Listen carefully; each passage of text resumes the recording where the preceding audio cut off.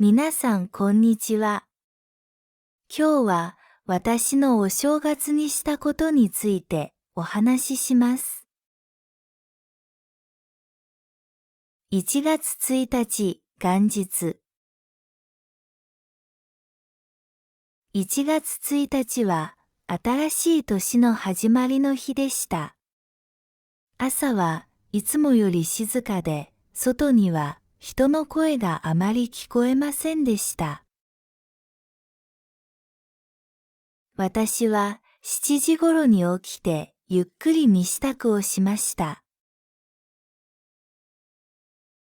家の中はまだ少し暗く、冬の冷たい空気が残っていました。台所へ行くと、母がもう起きていて、お正月の準備をしていました。朝ごはんはお正月らしい食事でした。テーブルの上にはおせち料理がきれいに並んでいました。黒豆、伊達巻き、かまぼこ、煮物などがありました。お雑煮も用意されていて、湯気が立っていました。家族全員が揃ってから静かに食事を始めました。いつもの朝よりゆっくり時間が流れていて、落ち着いた気持ちになりました。食事の後、家族で少し話をしながらお茶を飲みました。外を見ると、空はよく晴れていて、冬の太陽が明るく照っていました。しばらくしてから家族で初詣に行くことになりました。暖かい服を着て、コートとマフラーを身につけて家を出ました。神社までは歩いて行きました。道には同じように初詣に向かう人が多く、みんな静かに歩いていました。神社に着くと、境内は少し混んでいましたが、整った空気が感じられました。順番を待ってお参りをしました。手を合わせて、新しい年が無事に過ごせるように祈りました。その後、おみくじを引きました。結果は穏やかな内容で安心しました。家に帰る途中で近くの公園に少し寄りました。木々には葉がなく冬らしい景色でしたが、空はとても青くきれいでした。写真を何枚か撮ってから家に戻りました。家に着くと体が少し冷えていたので、温かいお茶を飲みました。昼ごはんは朝の残りのおせち料理と簡単な料理でした。家族でテレビを見ながら食べました。テレビではお正月の特別番組が流れていて、日本各地の様子が紹介されていました。食事の後は少し休憩しました。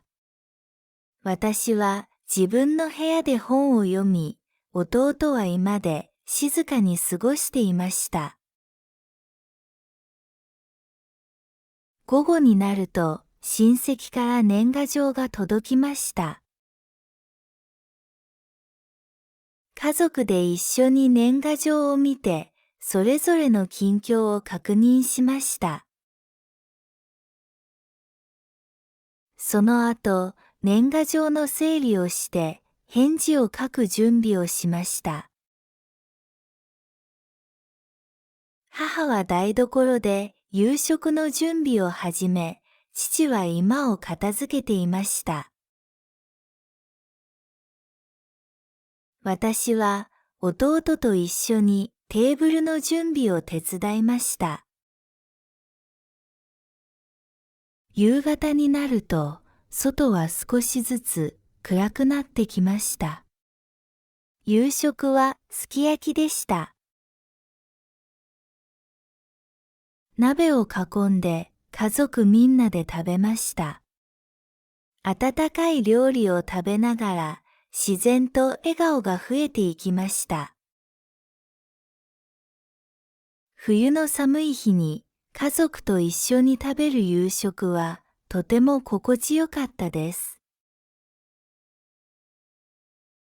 食事の後、テレビを見ながらゆっくり過ごしました。お正月の音楽番組や特集番組を見て静かな時間を楽しみました。夜は少し早めにお風呂に入りました。体をしっかり温めてから部屋に戻りました。明日からの予定を確認して静かに一日を振り返りました。こうして1月1日は家族と一緒に穏やかに過ぎていきました。特別なことは多くありませんでしたが、新しい年の始まりを落ち着いた気持ちで迎えることができました。夜10時頃に布団に入り、静かな元日の夜の中で眠りにつきました。1月2日1月2日は元日より少し賑やかな朝でした。外では車の音が増えていて、お正月の雰囲気が続いていました。私は8時頃に起きて、顔を洗い、身支度をしました。居間へ行くと、家族はすでに起きていて、朝の準備をしていました。朝ごはんは前日の残りのおせち料理と簡単な料理でした。お雑煮ももう一度作られていて、体が温まりました。食事の後、家族でその日の予定を確認しました。午前中は初売りに行き、その後、親戚の家を訪ねることになっていました。10時頃に家を出て、近くの商業施設へ向かいました。道は混んでいましたが、天気は良く、冬の空が広がっていました。店の前には多くの人が並んでいて、初売りを楽しむ雰囲気がありました。家族で店を見て回り、衣類や日用品を選びました。福袋も並んでいて、お正月らしい賑やかさを感じました。買い物が終わった後、昼前に一度家へ戻りました。少し休憩をしてから親戚の家へ向かいました。移動中の景色は静かで住宅街も落ち着いた様子でした。親戚の家に着くとすでに何人か集まっていました。久しぶりに会う人も多く、家の中は温かい雰囲気でした。子供たちは元気に過ごしていて、賑やかな声が聞こえてきました。私と家族は、新年の挨拶をしてから、持ってきた手土産を渡しました。その後、子供たちにお年玉を渡しました。子供たちはとても喜んでいて、表情が明るくなりました。大人たちはその様子を見ながら穏やかに過ごしていました。昼ご飯は親戚の家で用意してもらった料理をいただきました。煮物やお刺身など家庭的な料理が並びました。みんなで同じテーブルを囲み、ゆっくり食事をしました。時間に追われることなく、落ち着いた食事の時間でした。食後は居間でくつろぎながら過ごしました。テレビを見たり、写真を見返したりして、静かな時間が流れていました。子供たちは別の部屋で遊び、大人たちはそれぞれくつろいでいました。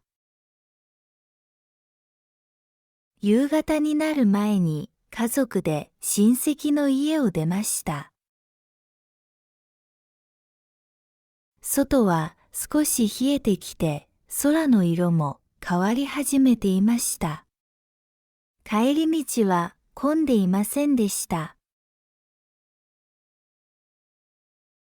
家に帰ってからはゆっくり過ごしました。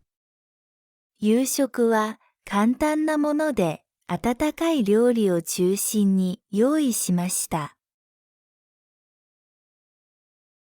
食後はそれぞれ自由に過ごし、私は部屋で静かに時間を過ごしました。夜は早めにお風呂に入り、体を温めました。一日を通して人と会う時間が多かったため、夜はとても静かに感じられました。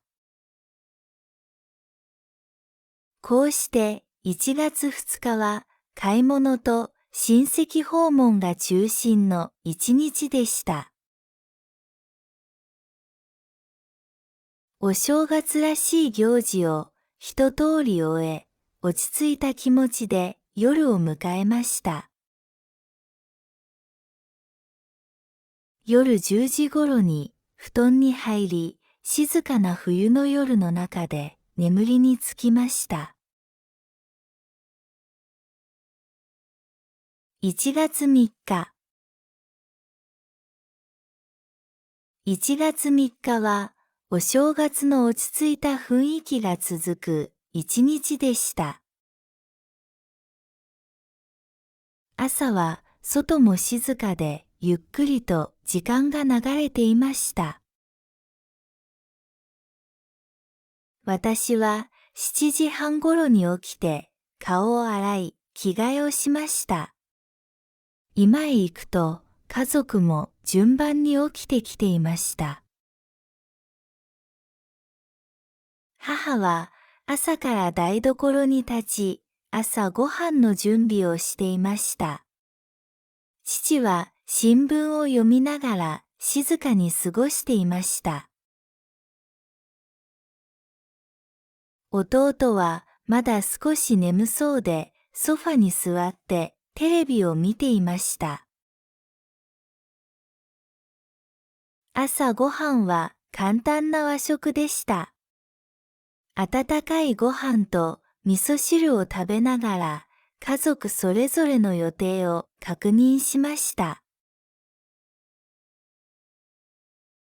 この日は特別な行事はなく、それぞれが自分の時間を大切にすることになりました。食後、母は家の掃除を始めました。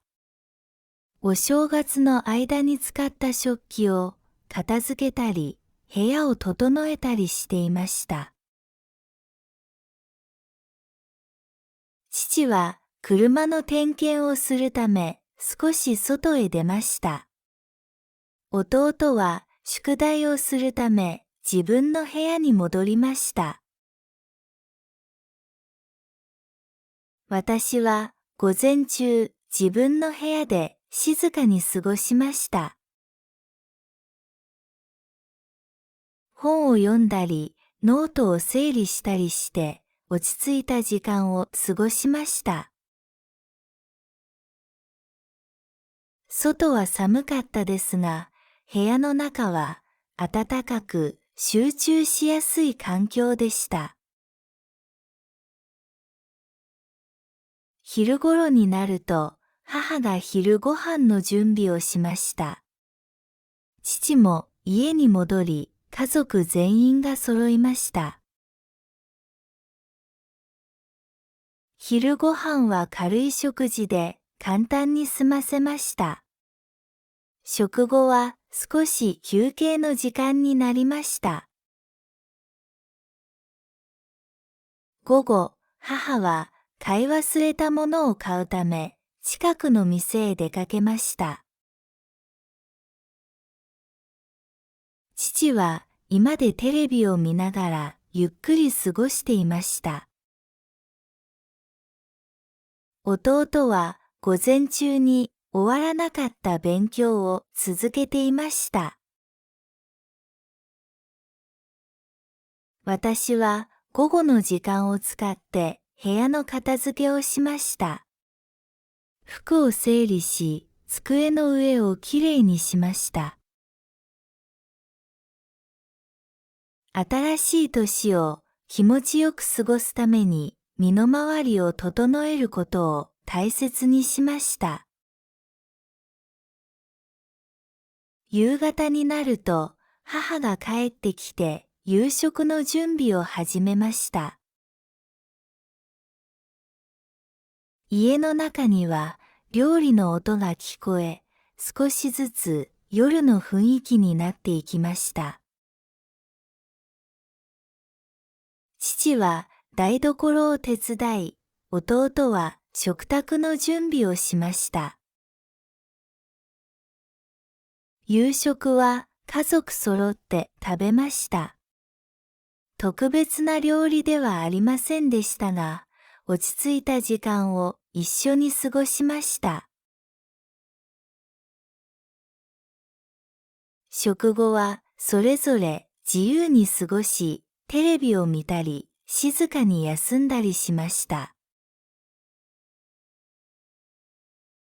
夜は早めにお風呂に入り、一日の疲れを取りました。その後、翌日の予定を少し確認しました。お正月はまだ続いていて、心にも余裕がありました。こうして1月3日は家族それぞれが自分の時間を持ちながら同じ家で穏やかに過ごした一日でした。賑やかさは少なくなりましたが、落ち着いたお正月らしい時間が流れていました。夜10時頃に布団に入り、静かな気持ちで眠りにつきました。1月4日1月4日はお正月休みの終わりをはっきりと感じる一日でした。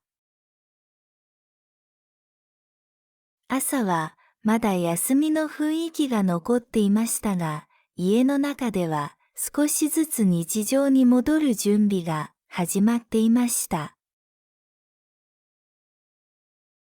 私は6時半頃に目を覚まし、布団の中で少し体を動かしてから起き上がりました。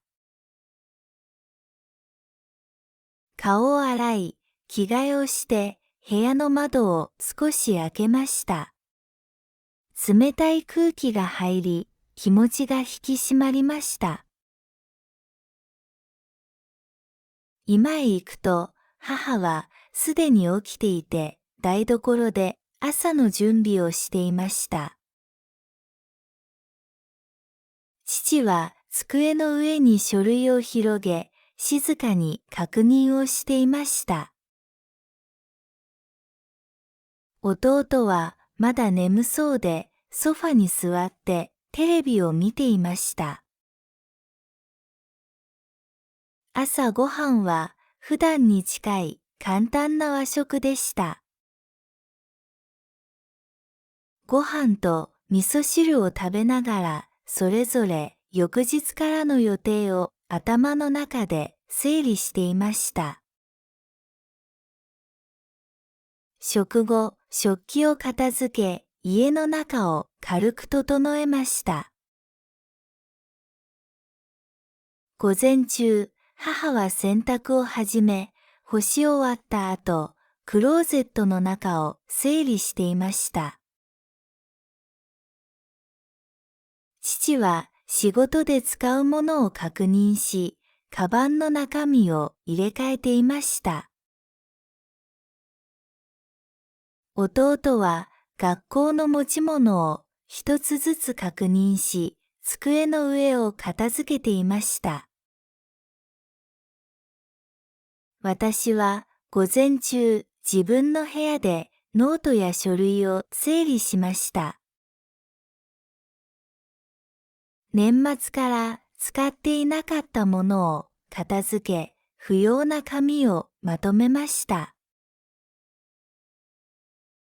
机の上がきれいになると気持ちも落ち着きました。その後、来週の予定を手帳に書き込みました。昼前に母と一緒に近くの店へ出かけました。足りなくなった食材や日用品を買い、家に戻りました。外は寒かったですが、空は明るく、歩きやすい天気でした。昼ご飯は家で簡単に済ませました。食後は少し休憩し、それぞれ自分の時間を過ごしました。父は新聞を読み、弟は本を読んでいました。私は静かに音楽を聴きながら次の日の準備を続けました。午後、母は夕食の下準備を始めました。父は外へ出て短い散歩をしました。弟は残っていた宿題を終わらせていました。私は午後の時間を使って服を選び、カバンの中身を最終確認しました。夕方になると家の中が少し忙しくなりました。母は台所で調理を進め、父は洗い物を手伝いました。弟は食卓を整えました。夕食は家族揃って食べました。特別な料理ではありませんでしたが、落ち着いた雰囲気の中で食事をしました。お正月の出来事を振り返りながら、少しずつ普段の生活に戻っていくことを感じました。食後は家族それぞれ自由に過ごしました。父はテレビを見て、母は翌日の予定を確認していました。弟は早めに自分の部屋へ戻りました。私は入浴の準備をして、お風呂で体を温めました。夜は翌日に備えて持ち物をもう一度確認しました。アラームを設定し、服を準備してから布団に入りました。こうして1月4日は家で過ごしながら正月休みの終わりに向けて心と生活を整える一日でした。大きな出来事はありませんでしたが、新しい日常へ戻るための大切な時間になりました。夜10時半ごろに明かりを消し、静かな気持ちで眠りにつきました。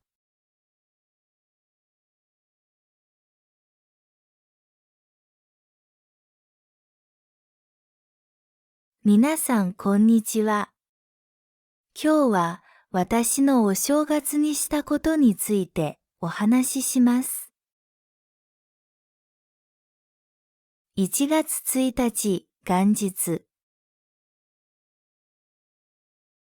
1月1日は新しい年の始まりの日でした。朝はいつもより静かで、外には人の声があまり聞こえませんでした。私は7時ごろに起きてゆっくり身支度をしました。家の中はまだ少し暗く、冬の冷たい空気が残っていました。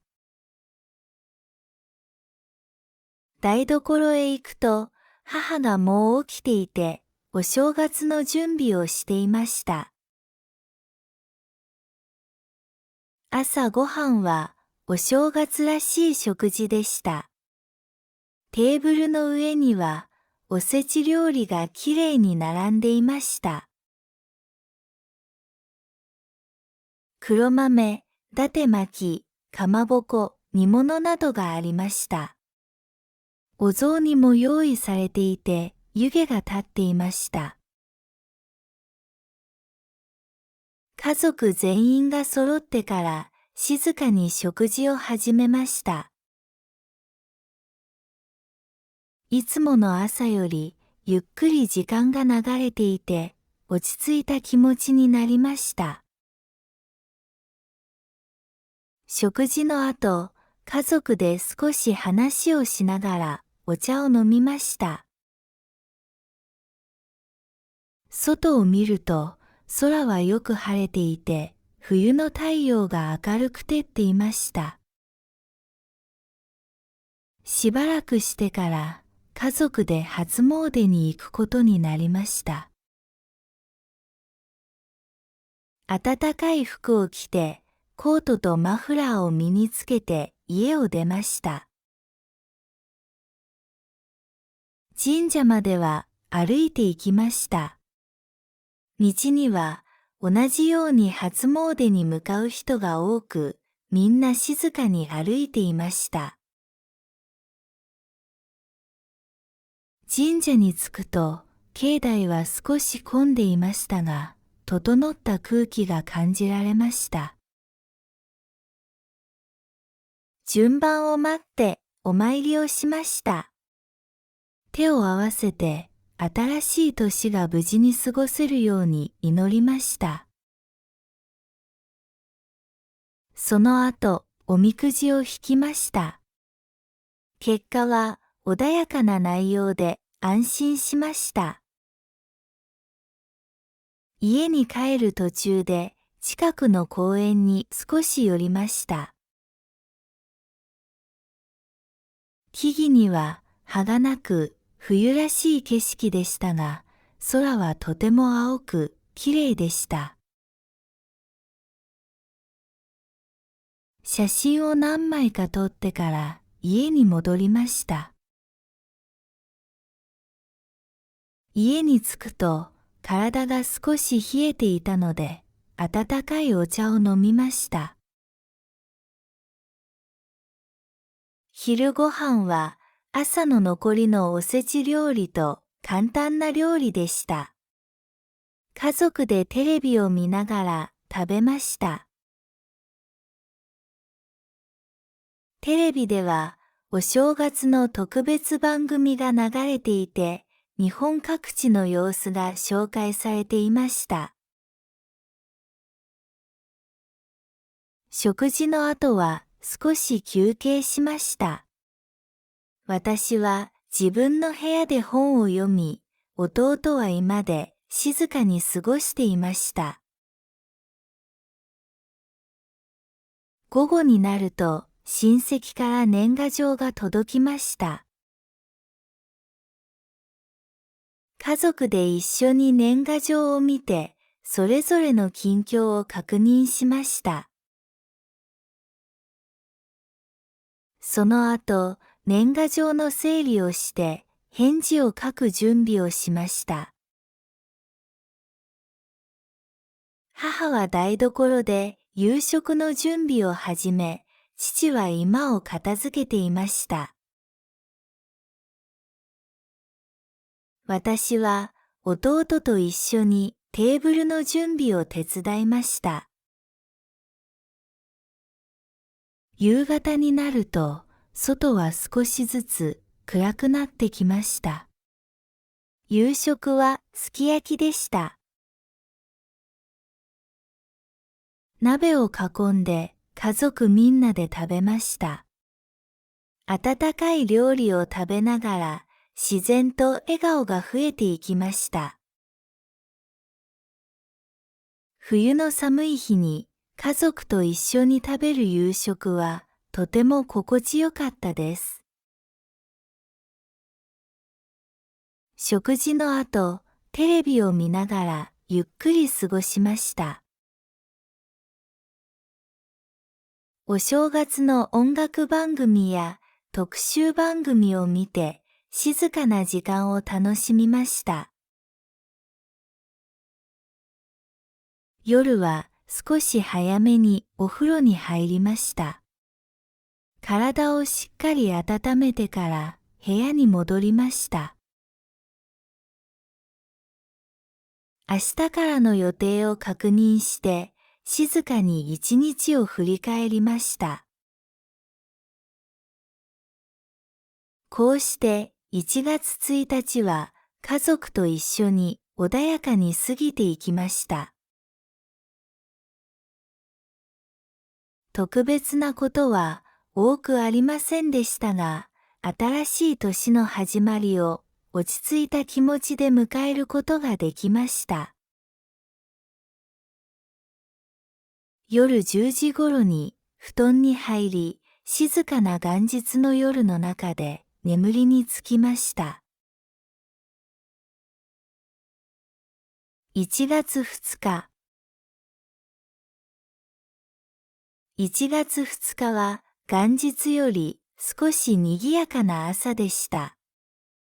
外では車の音が増えていて、お正月の雰囲気が続いていました。私は8時頃に起きて顔を洗い、身支度をしました。居間へ行くと家族はすでに起きていて朝の準備をしていました。朝ごはんは前日の残りのおせち料理と簡単な料理でした。お雑煮ももう一度作られていて体が温まりました。食事の後、家族でその日の予定を確認しました。午前中は初売りに行き、その後、親戚の家を訪ねることになっていました。10時頃に家を出て、近くの商業施設へ向かいました。道は混んでいましたが、天気は良く、冬の空が広がっていました。店の前には多くの人が並んでいて、初売りを楽しむ雰囲気がありました。家族で店を見て回り、衣類や日用品を選びました。福袋も並んでいて、お正月らしい賑やかさを感じました。買い物が終わった後、昼前に一度家へ戻りました。少し休憩をしてから親戚の家へ向かいました。移動中の景色は静かで住宅街も落ち着いた様子でした。親戚の家に着くとすでに何人か集まっていました。久しぶりに会う人も多く、家の中は温かい雰囲気でした。子供たちは元気に過ごしていて、賑やかな声が聞こえてきました。私と家族は新年の挨拶をしてから持ってきた手土産を渡しました。その後、子供たちにお年玉を渡しました。子供たちはとても喜んでいて、表情が明るくなりました。大人たちはその様子を見ながら穏やかに過ごしていました。昼ご飯は親戚の家で用意してもらった料理をいただきました。煮物やお刺身など家庭的な料理が並びました。みんなで同じテーブルを囲み、ゆっくり食事をしました。時間に追われることなく、落ち着いた食事の時間でした。食後は居間でくつろぎながら過ごしました。テレビを見たり、写真を見返したりして、静かな時間が流れていました。子供たちは別の部屋で遊び、大人たちはそれぞれくつろいでいました。夕方になる前に家族で親戚の家を出ました。外は少し冷えてきて、空の色も変わり始めていました。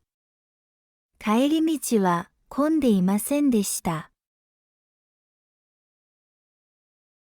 家に帰ってからはゆっくり過ごしました。夕食は簡単なもので温かい料理を中心に用意しました。食後はそれぞれ自由に過ごし、私は部屋で静かに時間を過ごしました。夜は早めにお風呂に入り、体を温めました。一日を通して人と会う時間が多かったため、夜はとても静かに感じられました。こうして1月2日は買い物と親戚訪問が中心の一日でした。お正月らしい行事を一通り終え、落ち着いた気持ちで夜を迎えました。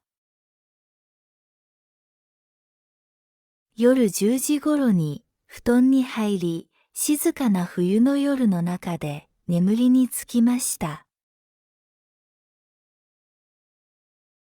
1月3日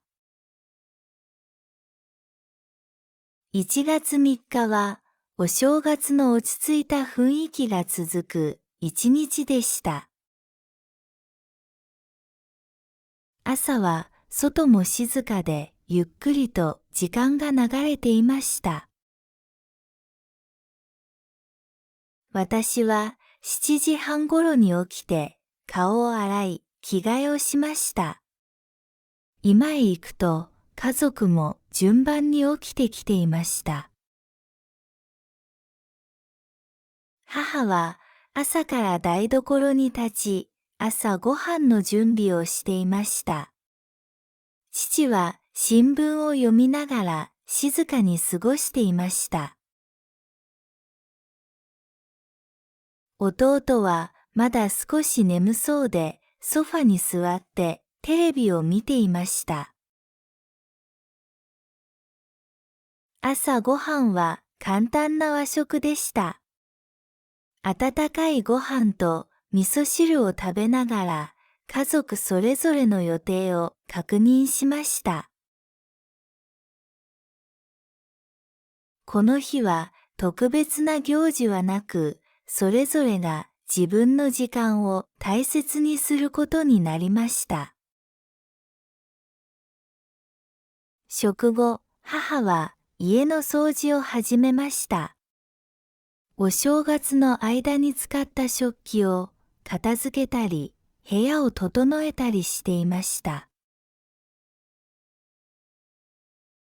父は車の点検をするため少し外へ出ました。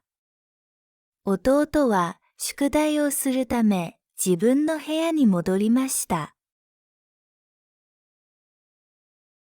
私は午前中自分の部屋で静かに過ごしました。本を読んだり、ノートを整理したりして落ち着いた時間を過ごしました。外は寒かったですが、部屋の中は暖かく集中しやすい環境でした。昼頃になると、母が昼ご飯の準備をしました。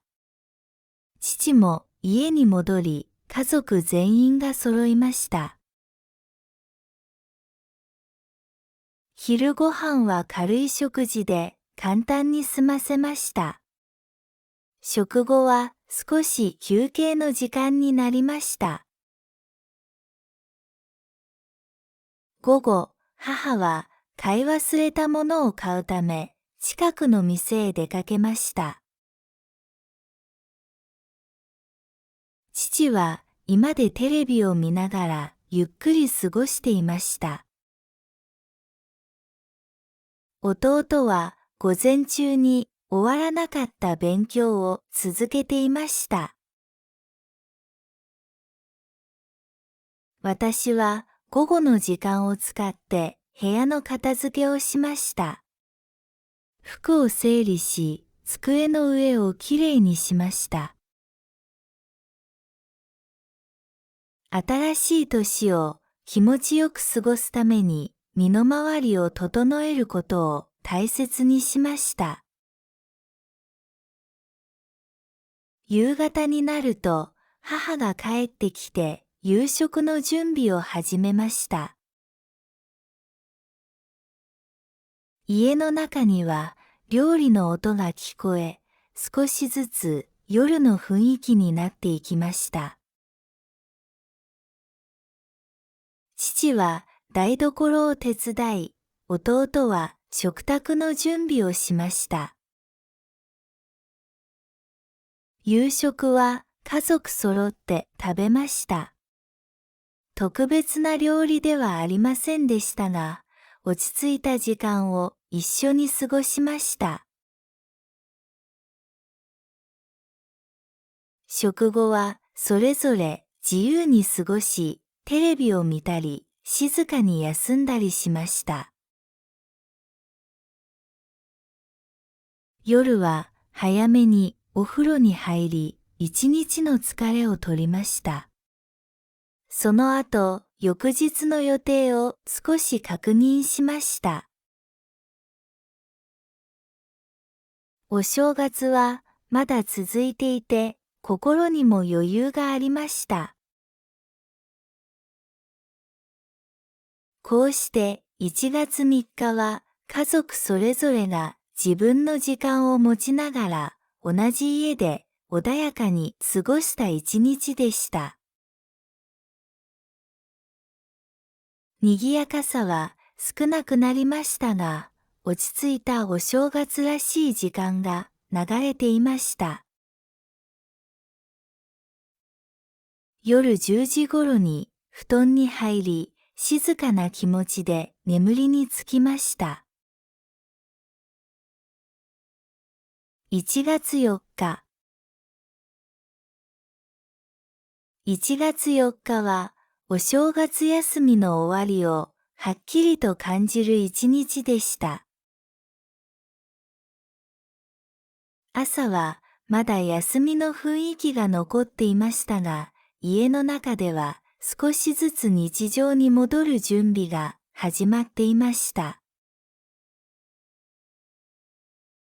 私は6時半頃に目を覚まし、布団の中で少し体を動かしてから起き上がりました。顔を洗い、着替えをして部屋の窓を少し開けました。冷たい空気が入り、気持ちが引き締まりました。居間へ行くと、母はすでに起きていて、台所で朝の準備をしていました。父は机の上に書類を広げ、静かに確認をしていました。弟はまだ眠そうで、ソファに座ってテレビを見ていました。朝ごはんは普段に近い簡単な和食でした。ご飯と味噌汁を食べながら、それぞれ翌日からの予定を頭の中で整理していました。食後、食器を片付け、家の中を軽く整えました。午前中、母は洗濯を始め、干し終わった後、クローゼットの中を整理していました。父は仕事で使うものを確認し、カバンの中身を入れ替えていました。弟は学校の持ち物を一つずつ確認し、机の上を片付けていました。私は午前中、自分の部屋でノートや書類を整理しました。年末から使っていなかったものを片付け、不要な紙をまとめました。机の上がきれいになると気持ちも落ち着きました。その後、来週の予定を手帳に書き込みました。昼前に母と一緒に近くの店へ出かけました。足りなくなった食材や日用品を買い、家に戻りました。外は寒かったですが、空は明るく、歩きやすい天気でした。昼ご飯は家で簡単に済ませました。食後は少し休憩し、それぞれ自分の時間を過ごしました。父は新聞を読み、弟は本を読んでいました。私は静かに音楽を聴きながら次の日の準備を続けました。午後、母は夕食の下準備を始めました。父は外へ出て短い散歩をしました。弟は残っていた宿題を終わらせていました。私は午後の時間を使って服を選び、カバンの中身を最終確認しました。夕方になると家の中が少し忙しくなりました。母は台所で調理を進め、父は洗い物を手伝いました。弟は食卓を整えました。夕食は家族揃って食べました。特別な料理ではありませんでしたが、落ち着いた雰囲気の中で食事をしました。お正月の出来事を振り返りながら、少しずつ普段の生活に戻っていくことを感じました。食後は家族それぞれ自由に過ごしました。父はテレビを見て、母は翌日の予定を確認していました。弟は早めに自分の部屋へ戻りました。私は入浴の準備をして、お風呂で体を温めました。夜は翌日に備えて持ち物をもう一度確認しました。アラームを設定し、服を準備してから布団に入りました。こうして1月4日は家で過ごしながら正月休みの終わりに向けて心と生活を整える一日でした。大きな出来事はありませんでしたが、新しい日常へ戻るための大切な時間になりました。夜10時半ごろに明かりを消し、静かな気持ちで眠りにつきました。